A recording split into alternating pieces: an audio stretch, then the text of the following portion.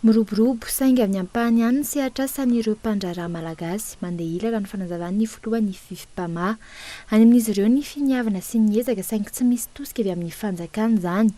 Ankoatra ny olana ara-bolan'ireo mpandraharaha isan'ny olana goavana ny tsy fisian'ny fanampiana avy amin'ny fanjakana. Antsy hoe ny mpandraharaha malagasy tena zavatra dia roborobo ny tontolo fanarato Madagasikara dia mila fanampiana avy any amin'ny fanjakana. Izany hoe ny rôle ny fanjakana amin'izao fotoana izany dia facilitateur hanampy ampiroborobo ny olona malagasy. Efa teneniko taloha koa moa anisan'ny olana lehibe amin'ny mpandraharaha malagasy dia ny fambatsim-bolo anisany moa izany. Raha ny fanazavan'ny Pahay Toekarena nanaovana hoe fanadihadiana ilain'ny firenena tanteraka ny IDE, investissement direct à l'étranger, raha ho an'i Madagasikara manokana, raha ny antontanisa farany taona 2012 ny tombo 4.7 isanjato izany, volana septambra 2012 raha toka ampitahina amin'ny volana septambra ny taona 2012. Vola manodidina ny 7.7 tapitrisa dolara ny vola azon'i Madagasikara tamin'izany.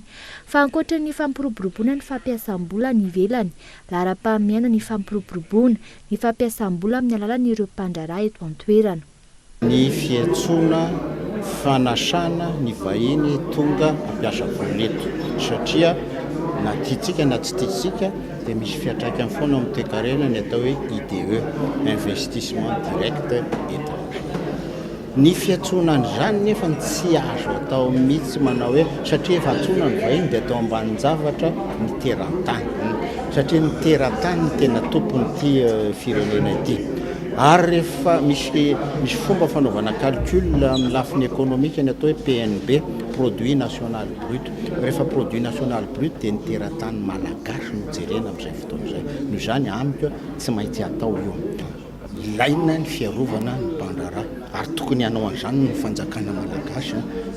Tokony averina nge le fomba taloha hoe code des investissements hoe reto ny lalàna rahany mba hiatrina ny vahina dia rao no lalàna petraka zao no ny tombotsoanareo ho anareo malagasy kosa atsika malagasy koa zao kosa no tokony izy ao anatin'ny code des investissements zany tokony avoaka zay. Hatreto aloha dingana maromaro no efa nataon'ny mpandraharaha malagasy saingy tsy mbola misy vokany firy izany, fa toa akakefitra fotsiny izy ireo fa ny fanampahana dia any fanjakana foana ihany.